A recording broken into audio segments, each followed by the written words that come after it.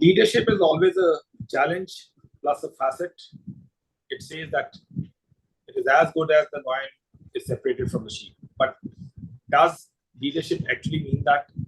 Or leadership means collaboration? Or leadership is that teamwork together? That team, we say that it means together everyone achieves more. And these particular aspects will be the session which Mr. K. Sharma, a collaboration coach and an executive educator, is going to take us through this 1 hour session of leadership achieving unity in diversity. We are glad that Mr. Sharma has accepted our invite. He's a well-known name, not only for the purposes of leadership, team building sessions, but at the same time, he also helps us to understand the nitty-gritties of mediation, etc. We are glad for all this introduction which Mr. Jawad had helped us to introduce. Mr. Sharma, over to you, sir.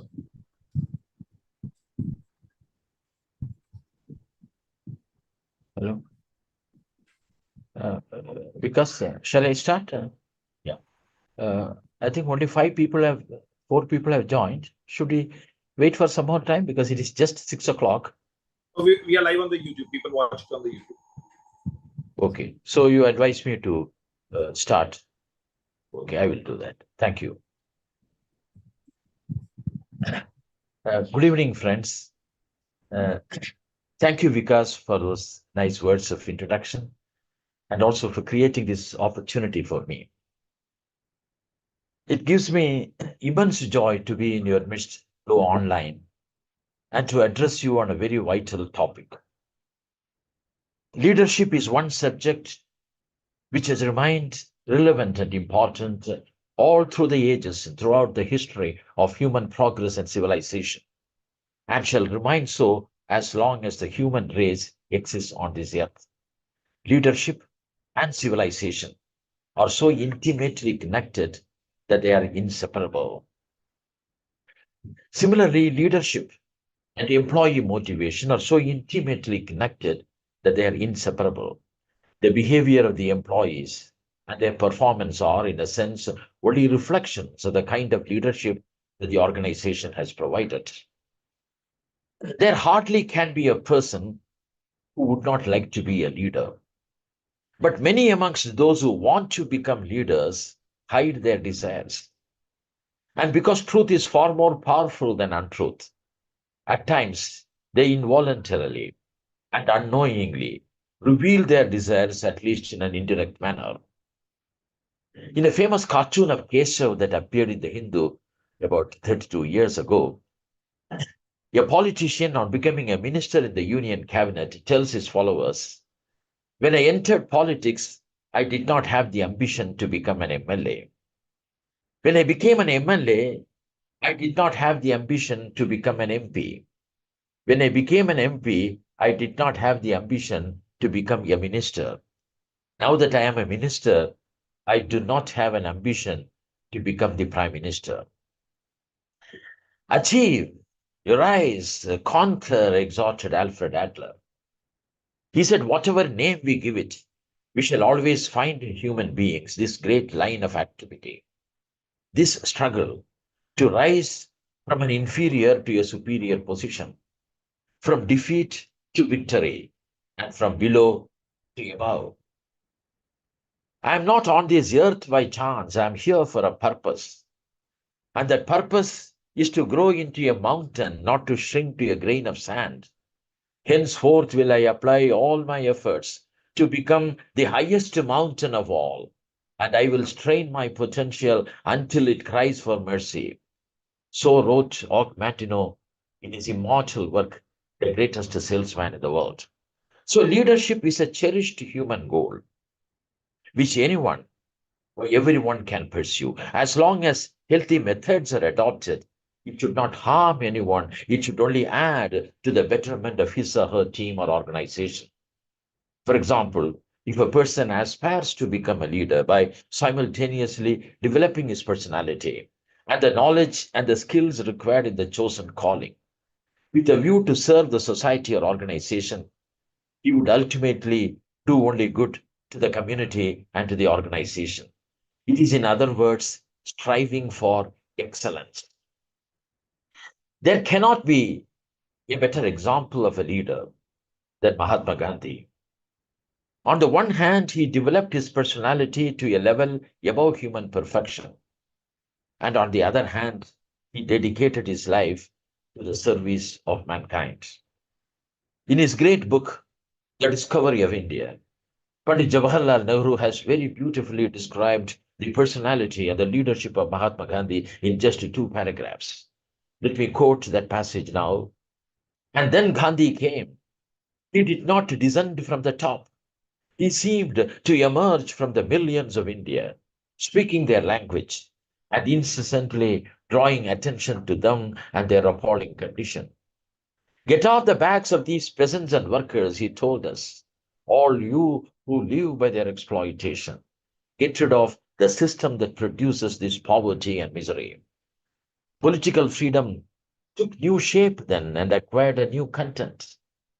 Much that he said we only partially accepted, or sometimes did not accept at all. But all this was secondary. The essence of his teachings was fearlessness and truth, and action allied to these, always keeping the welfare of the masses in view. The greatest gift for an individual or a nation, so we have been told in our ancient books, was abhaya, fearlessness, not merely bodily courage, but the absence of fear from the mind. Janaka and Yajnavalkya had said at the dawn of our history that it was the function of the leaders of a people to make them fearless. But the dominant impulse in India under British rule was that of fear, pervasive, oppressing, strangling fear.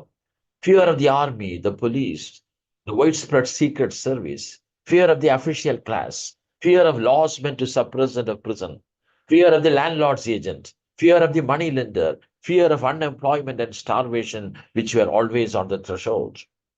It was against this all pervading fear that Mahatma Gandhi's quiet and determined voice was raised. Be not afraid. Be not afraid. Was it so simple as all that? Not quite. And yet, fear builds its phantoms, which are more fearsome than reality itself. And reality, when calmly analyzed and its consequences willingly accepted, loses much of its terror. So suddenly, as it were, that black pall of fear was lifted from the people's shoulders, not wholly, of course, but to an amazing degree. Unquote. Perhaps there is no parallel to Mahatma Gandhi in leading such a diverse team for such a long, tumultuous period and finally achieving the goal. Our independence movement and the way free India started to govern itself offer object lessons in managing diversity. The independence movement led by Mahatma Gandhi comprised of some of the greatest leaders of the 20th century who were drawn from diverse backgrounds with varying ideological inclinations and belonging to different schools of thought.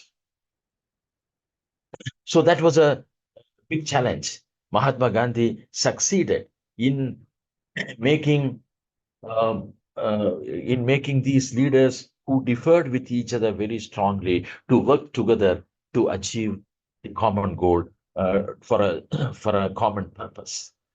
He was able to win the cooperation of all those who differed even with himself. He himself was very different from others.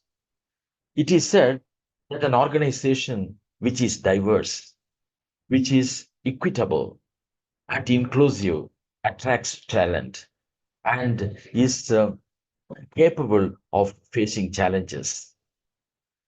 Mahatma Gandhi advised Pandit Jawaharlal Nehru to include in his talent, in his team, in his cabinet, the best talent, even if they had opposed the Indian National Congress. Thus, Dr. Shyama Prasad Mukherjee of the Janasangh, Shanmugam Chetty of the Justice Party, and Dr. B.R. Ambedkar became a part of the first Union cabinet. The great historian Ramachandra Guha says That's the way Pandit Jawaharlal Nehru, Dr. Ambedkar, and Sardar Vallabhbhai Patel worked together as a team was amazing, considering that they had very strong divergent views. Good leaders try to create unity in diversity. They never try to impose uniformity. They are painfully aware that trying to or attempting to impose uniformity will destroy unity. Each individual is different from the other. Good leaders encourage this diversity. They allow people to be different, and they even encourage people to be different and even disagree with them. Good leaders believe that each individual has a personality of his own or her own, and that there is no need for anyone to imitate another.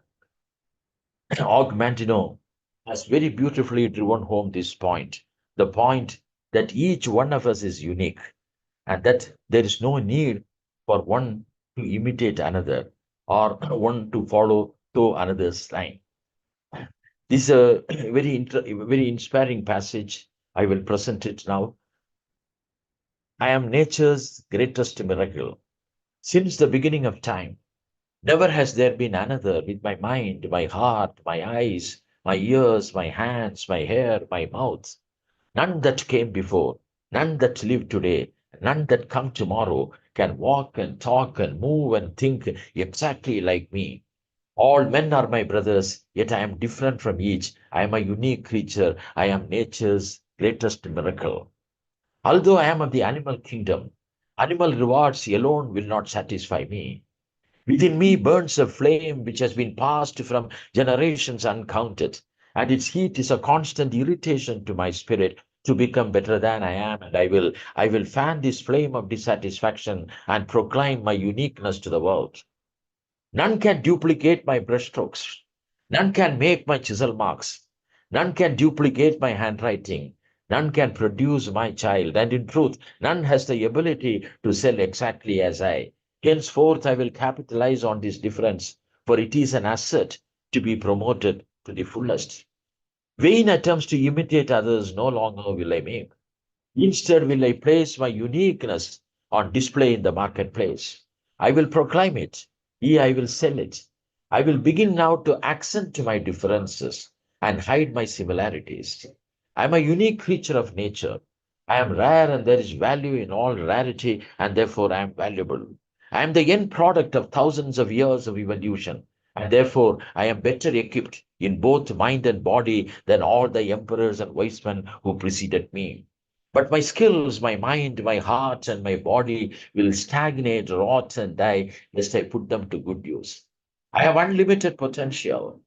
Only a small portion of my brain do I employ. Only a paltry amount of my muscles do I flex. A hundredfold or more can I increase my accomplishments of yesterday, and this I will do beginning today. Never more will I be satisfied with yesterday's accomplishments, nor will I indulge anymore in self praise for deeds which in reality are too small to even acknowledge. I can accomplish far more than I have, and I will, for why should the miracle which produced me end with my birth? Why can I not extend that miracle to my deeds of today? I've been given eyes to see and a mind to think. And now I know a great secret of life, for I perceive at last that all my problems, discouragements, and heartaches are in truth great opportunities in disguise. I will no longer be fooled by the garments they wear, for mine eyes are open. I will look beyond the cloth, and I will not be deceived. No beast, no plant, no wind, no rain, no rock, no lake had the same beginning, for I was conceived in love and brought forth with a purpose. In the past, I had not considered this fact, but it will henceforth shape and guide my life. And nature knows not defeat. Eventually, she emerges victorious, and so will I. And with each victory, the next struggle becomes less difficult. I will win for I am unique. I am nature's greatest miracle. Every one of you will win because all of you are individually nature's greatest miracle. So a leader recognizes this aspect that each one is a miracle, that each one is unique, and hence there is nothing wrong in diversity. And what we need to do is to only understand each other, understand and appreciate the differences. Excuse me.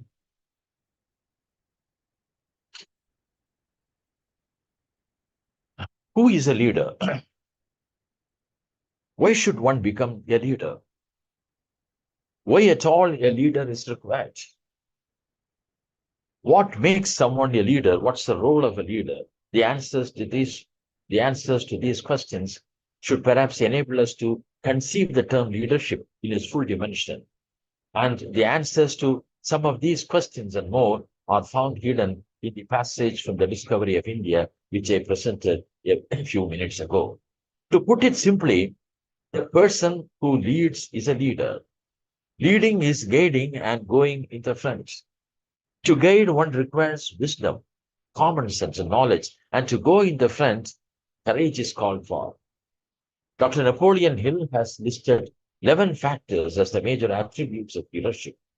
These are unwavering courage, self control, a keen sense of justice, definiteness of decision, definiteness of plans, the habit of doing more than paid for. I will repeat, the habit of doing more than paid for, a pleasing personality, sympathy and understanding, mastery of detail, willingness to assume full responsibility and cooperation. A leader who possesses these 11 traits will be able to motivate everyone in his or her team to work together to achieve the specified goal. Motivation is the key word here. The ability to motivate his or her team to work in the desired or required direction will determine this. Mr. Sharma, it's not audible. It's not audible, huh? Sorry? Hello. Uh, Yeah, Mr. Sharma? yes, I can hear you. I can hear you. Mr. Sharma? Yes. Yes, sir. I can hear you. Hello?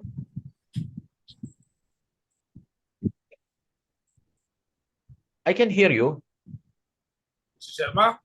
Yes. Yes. I'm not audible. No, it is speaker is on and I am able to hear you.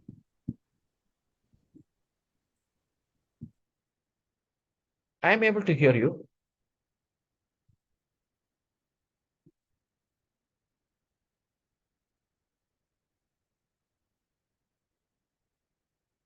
I'm able to hear you, and the internet also is okay here. Can you hear me now? Okay. Now Vedika says that I am audible.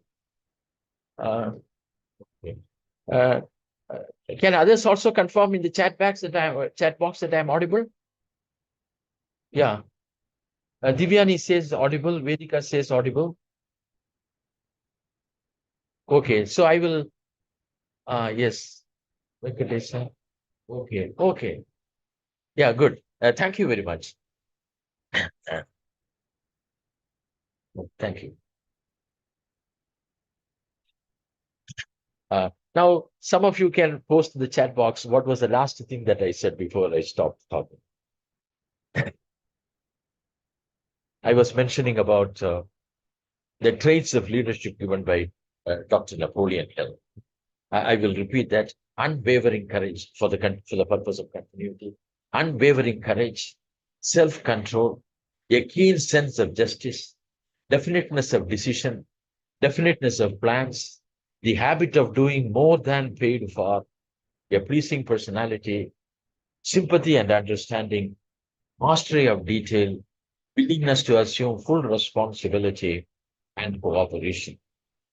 A leader who possesses these 11 traits will be able to motivate everyone in his or her team to work together to achieve the specified goal. Motivation is the key word here. Ability to motivate his or her team to work in the desired or required direction will determine the success of a leader.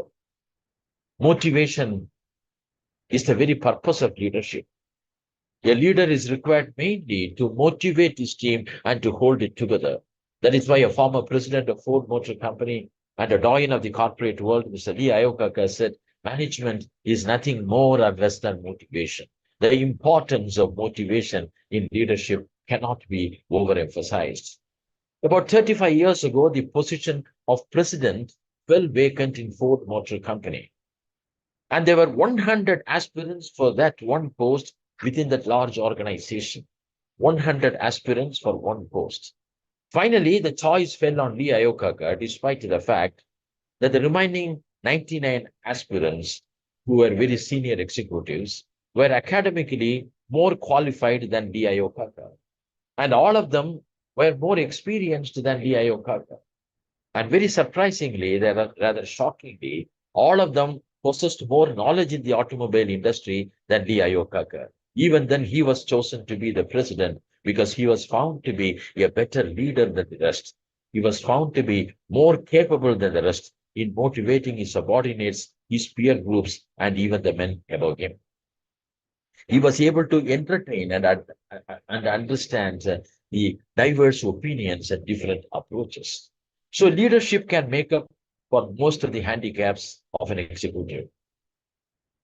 Professor Harry M. Overstreet, in his illuminating book, Influencing Human Behavior, says action springs out of what we fundamentally desire.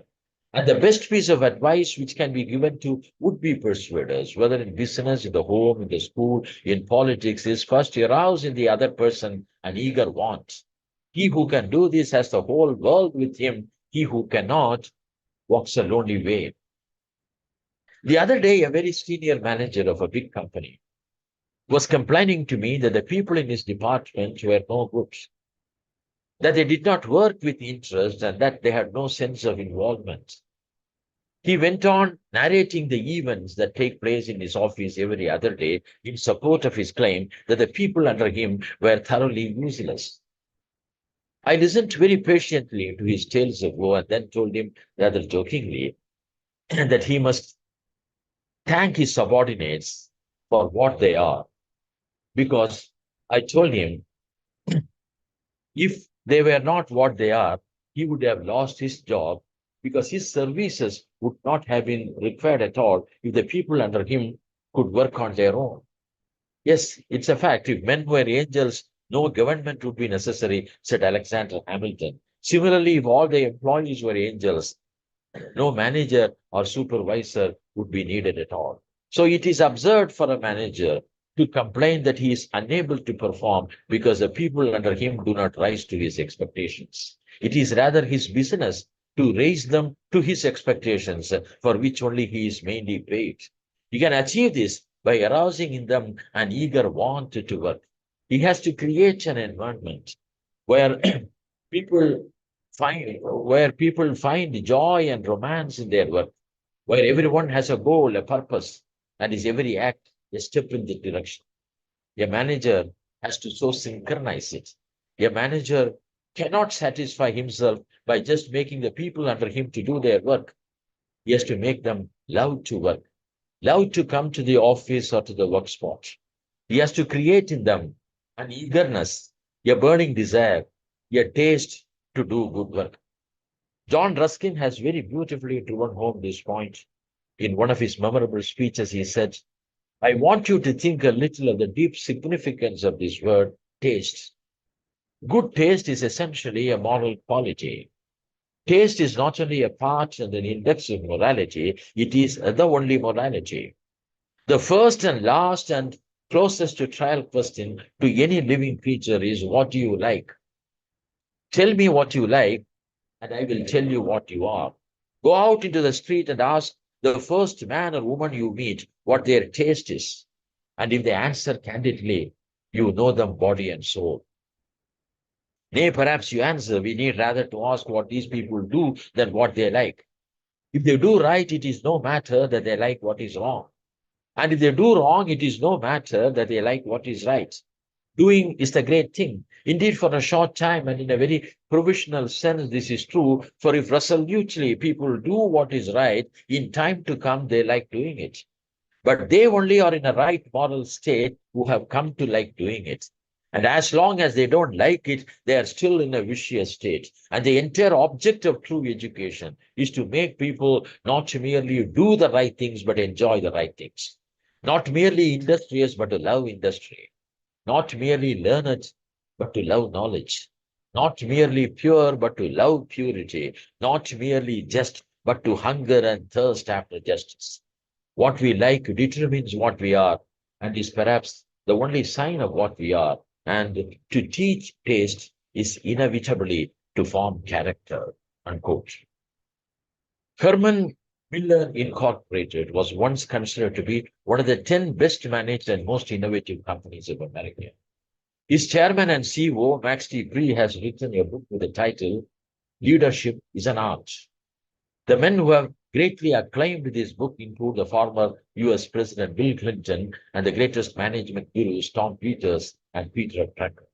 Max T. Bree says in this book, intimacy is at the heart of competence. It has to do with understanding, with believing, and with practice. It has to do with the relationship to one's work. Beliefs are connected to intimacy. Beliefs come before policies or standards or practices. Practice without belief is a forlorn existence. Managers who have no beliefs but only understand methodology and quantification are modern day eunuchs. They can never engender competence or confidence. They can never be truly intimate. Functionally and technologically, we are concerned with intimacy. We should be concerned with intimacy when we design organizational structures, which, after all, are the roadmaps that help us to work together. Intimacy concerns us personally, professionally, and organizationally. So, a leader has to create this intimacy between the employees and their work. In the case of a business house or industry, between volunteers and service, in the case of an NGO, or in the case of any organization for that matter. But how to create it is the $1 million question. And Professor John P. Porter of the Harvard Business School has answered it. He writes, good leaders always articulate the organization's vision in a manner that stresses the values of the audience they are addressing. This makes the work important to those individuals. Leaders also regularly involve people in deciding how to achieve the organization's vision or the part most relevant to a particular individual. Finally, good leaders recognize and reward success, which not only gives people a sense of accomplishment, but also makes them feel like belonging to an organization that cares about them. When all this is done, work itself becomes intrinsically motivating. The first paragraph of an article that appeared in the Economic Times quite some time ago about the SPIC Supremo, Mr. A.C. Muthaiya, seems to confirm this. A.C. Muthaiya's greatest knack as a manager, say employees, was fostering loyalty. According to sources, even the most attractive lures by Muthaiya's northern star rivals have failed to win away his people. His respect for his people's needs and ambitions is what seems to make the difference. Muthaiya treats them like valued players on a winning team, and by the looks of it, they are on one. One of the 8 corporate principles of excellence advocated by Tom Peters and Robert Waterman Jr. is productivity through people, creating in all employees the awareness that their best efforts are essential and that they will share the rewards of the company's success. It is said that the best teacher is one who makes the student want to learn. I would say the best leader is one who makes his people want to work, want to service, and to contribute. John Eder, Britain's foremost expert on leadership training, says in the world of management, many executives play Pygmalion-like roles in developing able subordinates and in stimulating their performance. Pygmalion was a sculptor in Greek mythology who carved the statue of a very beautiful woman that subsequently was brought to life. George Bernasha's play Pygmalion, the basis for the musical hit My Fair Lady, has a somewhat similar theme. The essence is that one person by effort and will can transform another person. There is an interesting scene in this play in which Eliza Doolittle explains, you see, really and truly, Apart from the things that anyone can pick up, like the dressing and the proper way of speaking and so on, the difference between a lady and a flower girl is not how she behaves, but how she is treated. I shall always be a flower girl to Professor Higgins because he always treats me as a flower girl and always will. But I know I can be a lady to you because you always treat me as a lady and always will. See, Eliza Doolittle is a flower girl. Professor Higgins treats her as a flower girl, so to him she conducts herself as an ordinary flower girl. But the other character of the play treats her as a lady, as an accomplished lady, so to him she conducts herself as a lady. So what does it mean? The way others conduct themselves the way others conduct themselves with us depends more on the way we treat them than what they really are. So leaders treat their people greatly and they show themselves great. Andrew Carnegie, the steel giant, you might have, you all of you may be knowing about Yella Mittal, Lakshmi Mittal, who is called the Andrew Carnegie of the 21st century. I'm talking about the original Andrew Carnegie, who was one of the richest men of America about 90 years ago, and who was the founder chairman of the United States Steel Corporation. It is said that it was Andrew Carnegie who first brought steel business to America. And Andrew Carnegie had studied only up to the fourth grade. And he started his career as a coolie, as a porter in the harbor. And from that, he rose to become the founder chairman of the United States Steel Corporation and a billionaire and one of the richest men of America of his time. After reaching this high station, he threw a challenge to the world. He said, I am going to prove to the world that anyone who follows the principles that I followed can become a rich person. And to prove that, I have chosen five people. And he declared their wealth. They were all ordinary people. They did not have much wealth. But he said they have the right attitude. So I'm going to train them for 6 months. And after 6 months, I will let them off. I will not give them any recommendation letter. I will not give them a penny. But I challenge that within maximum 5 years, all of them would be multimillionaires. And all of them became multimillionaires in a span of 3 years. And Andrew Carnegie was interviewed. He was asked, what in your leadership enabled you to create so many multi-millionaires? Pat came the reply from Andrew Carnegie. He said, that is simple, my friend. In life, what you get what you seek. In life, you get what you seek. If you seek filth, you will find filth all around. I sought gold in my people, and they turned out to be my gold mines. So great leaders found gold in their people and converted them into gold mines. I said a few minutes ago about the large, diverse team that Mahatma Gandhi led and achieved the goal. In a sense, every team is diverse, even if it outwardly looks to be homogeneous, because each individual is different. The aspirations, the goals, the values, the habits, uh, etc., vary from person to person. So, in a sense, leading a team is managing this diversity and enjoying that diversity and benefiting from that diversity. And that is possible only if we are able to see things from the other person's angle. So we will now have some experiential learning on this. As all of you may know, learning generally is of three types. One is scholastic learning, where we learn by reading textbooks and by listening to lectures. That is what we underwent in schools and colleges, and that is what I have also been doing for the last about 30 minutes. The other is intuitive learning, where a person learns from intuition. And the third is experiential learning, where a person learns from one's own experience. Experience is the only source of knowledge, said Swami Vivekananda. But experiential learning is very, very expensive. Every time a person learns from his own or her own experience, he or she would have already paid a heavy price for that. For example, somebody starts a new business, makes a lot of investments into that, and after 2 years loses all the money and then says, I have now learned how not to run a business. Somebody keeps his finger on fire and then says, I have now learned that fire burns. If you and I are not keeping our fingers on fire, it's because somebody burnt his fingers and passed on that lesson to us.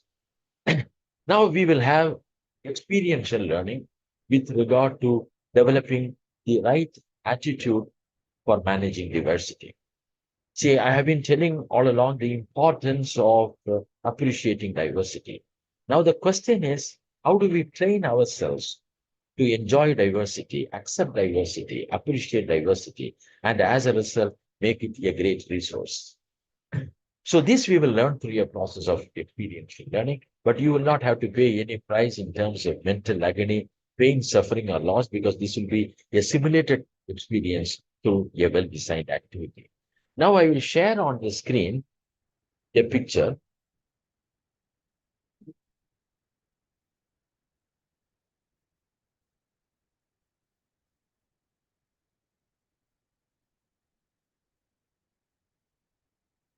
Uh, are you able to see the picture? Because I request you to unmute all of them because only a small group, and now it is going to be interactive. Uh, if you can unmute everyone.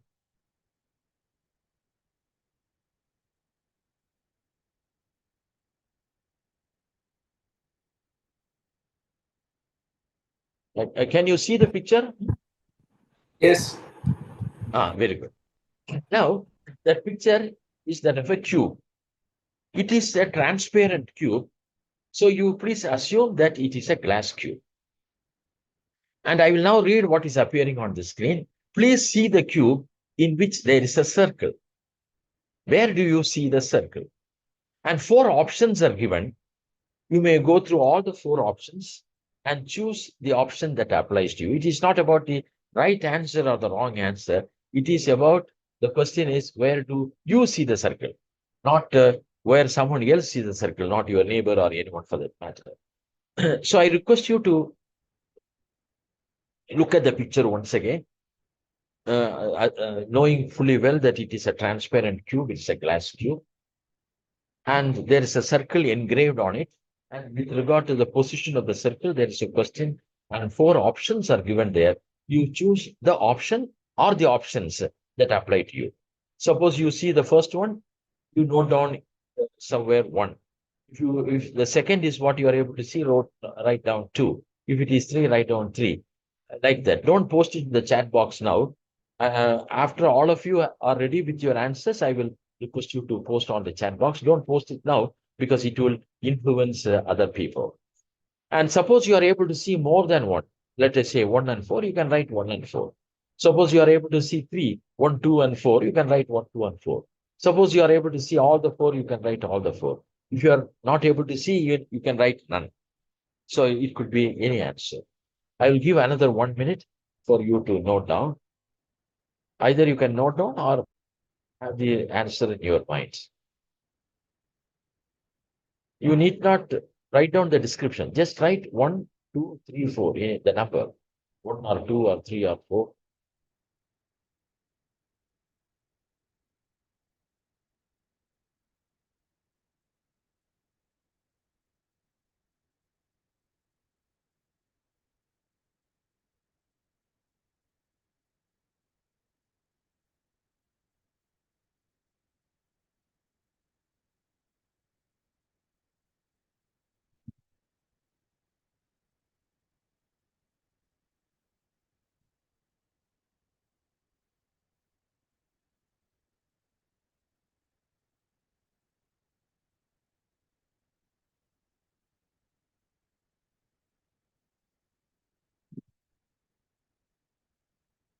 Okay. Now, those who have arrived at the answers may post it in the chat box. Please post your answer in the chat box, and then we will discuss. Okay. Vedika has written 1, 2, 3, 4. Venkatesha Venkatesh has written chosen 1. Yes, please. Yeah. Then Vaishnavi also 1. We go 1. Anyone else? I think a few more are there. Okay, now with this, we will start the discussion. Uh, please, yeah, all seem to be correct. Okay. So Vikas and Vedika have chosen all the four, one, two, three. So give a big hand to both of them. Now, all the four are possible. So I would request those who have chosen only one or chosen less than four, please look at the picture once again. I will share it again on the screen.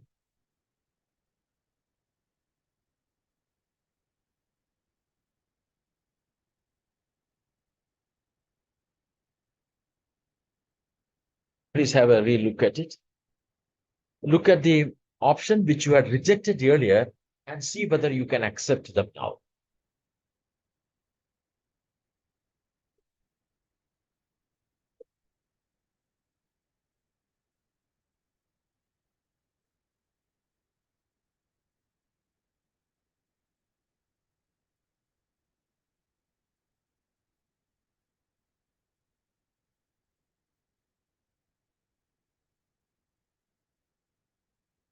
Um, uh, Now I think all of you are unmuted, so you may speak. Henceforth, it can be interactive.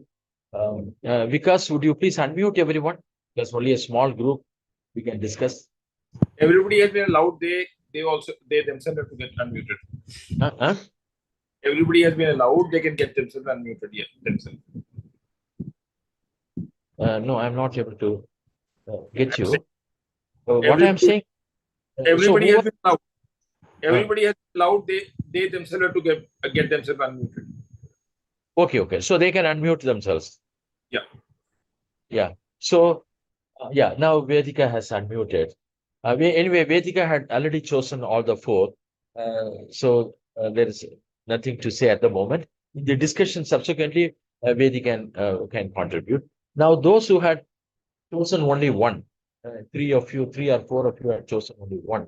I would request you to strain at your eyes and look at the options that you have rejected and see whether you can accept them now.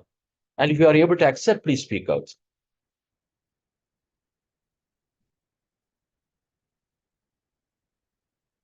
Anyone? Tanuja, Vandana, Vaishnavi, Uh, I cannot Venkatesh. I cannot accept that all the four are correct because I, it yeah, appears yeah, please. That's it good. Yeah, appears tell me to why it you appears cannot. to me that at the lower right hand corner of the panel the cube Uh, is appearing. I don't know how uh, they have come to the conclusion that all the four are right. yeah, I will tell you why. See, number one, it is not opaque, it is transparent. It is a glass tube.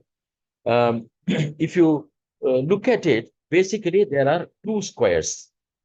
Uh, you call one square as A, B, C, D, and call the, maybe you can draw it on a paper, and call the other one as A1, B1, C1, D1. And then draw the circle as shown in the picture. So if ABCD is the front panel, A1, B1, C1, D1 becomes the back panel, in which case the circle is on the center of the back panel. So there are two options. One is the corner and in the center, and A1, ABCD as front panel and ABCD as back panel, two options. So 2 into 2, 4 options. So each one you can see like that. Now, which is the option? We will pick up one option which you have rejected and discuss that and show you. Shall I take up the second one at the center of the front panel? It is about looking at it. See, physically, only one of the four is available there. But this picture holds good for all the four cubes. That is the beauty of it. Venkatesha, are you able to? Yeah, I am I am confused. Still, I can say that I am different and you are a good leader. No. What I'm saying is, I whichever am you had, different. I am yeah. different. Hence, I am confused. No, which is the option you had chosen? Which is the one you First had one. chosen? First one. First, okay. Yes. Now, see, if the first one is right, second is right. If second is right, third is right, fourth is right. The reason being, It is only how you look at it. You call the two squares as ABCD and A1, B1, C1, D1. Look at ABCD as the front panel and A1, B1, C1, D1 as the back panel. Then look at A1, B1, C1, D1 as the front panel and ABCD as the back panel. Then you will get all the four options. Of course, when I conduct it physically, I will come to your table and show it on the paper. Okay, now what about others? Vaishnavi, you are able to see?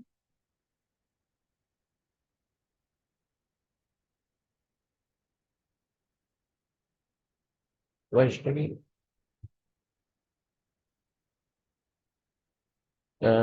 Madhuri? Would you please unmute yourself? Okay.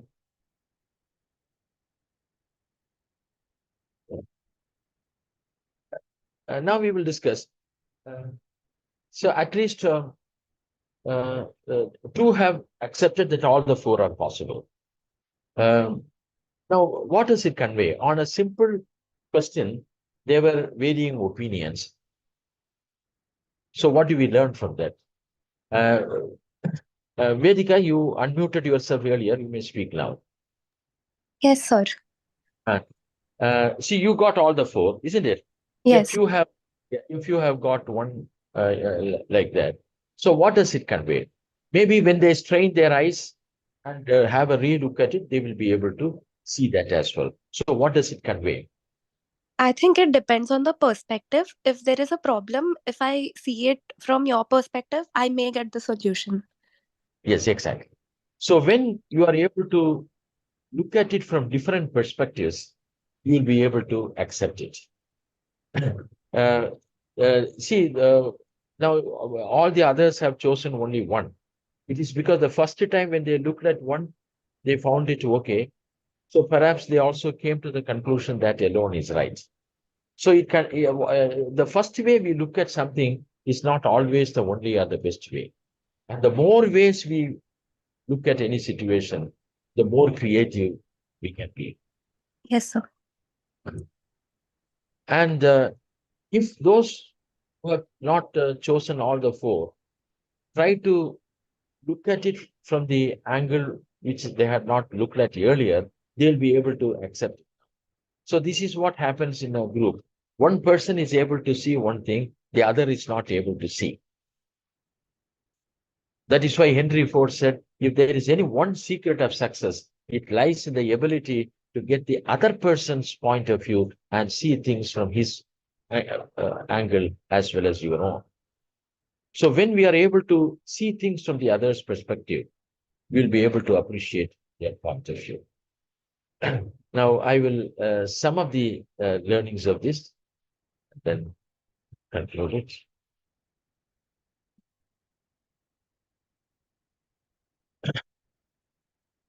Truth is many-sided. Different views contain different aspects of truth.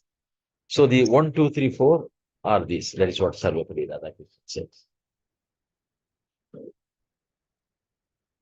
If there is any one secret of success, it lies in the ability to get the other person's point of view and see things from his angle as well as your own, said Henry Ford.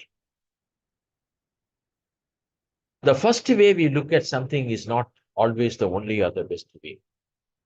The more ways we can view a situation, the more possibilities we will discover and the more creative we can be. Beware of expecting others to see what you see. Understand your unique window on the world. Your view is subjective, partial, and likely to be distorted.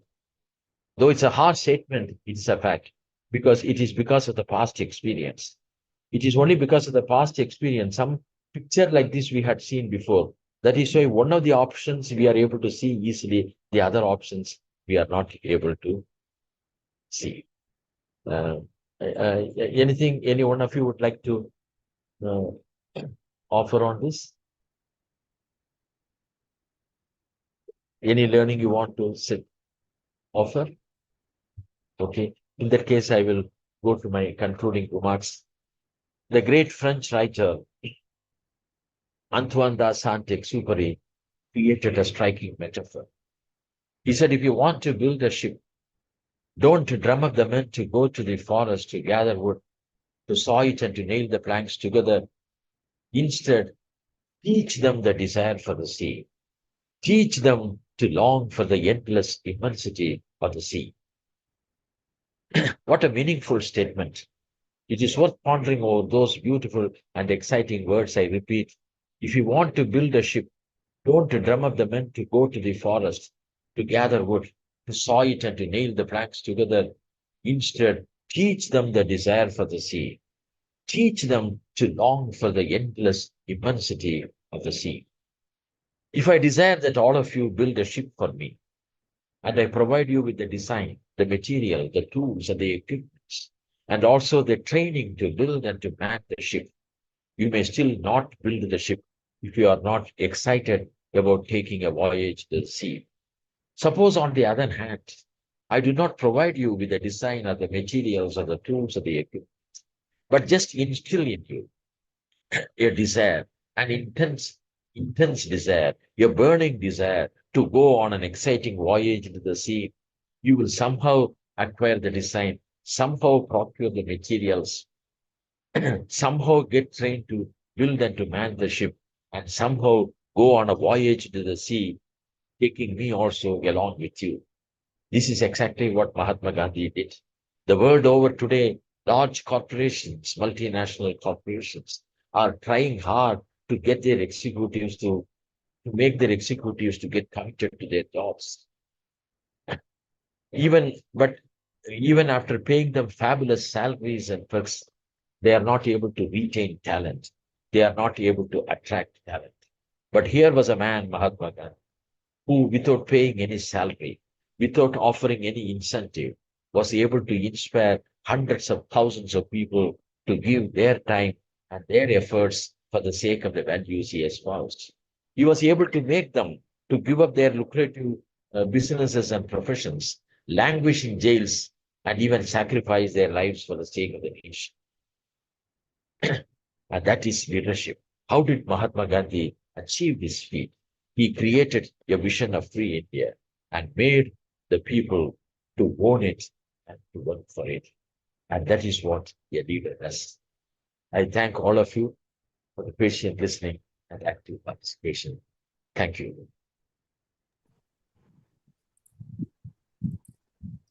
Thank you, Mr. Sharma, to bring live in the session by making it an interactive session. And the way you have taken the topic of diversification, as they say that there's unity in the diversity. You actually brought the leadership, and that too from Mahatma Gandhi and Jawaharlal Nehru. I think there are a lot of brownie points taken by all those who have participated in the session. Thank you for sharing your knowledge. And tomorrow at 6 p.m., we have a session with Professor Amar Pal, the Vice Chancellor from Dr. Ram Manohar Lohia University, National Law University, Lucknow. So do join us tomorrow. And thank you, sir, once again for sharing your knowledge. Namaskar. Thank you.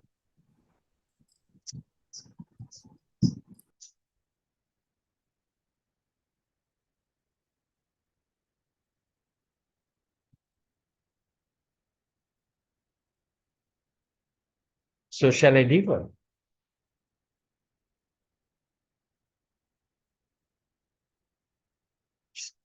Shall I leave?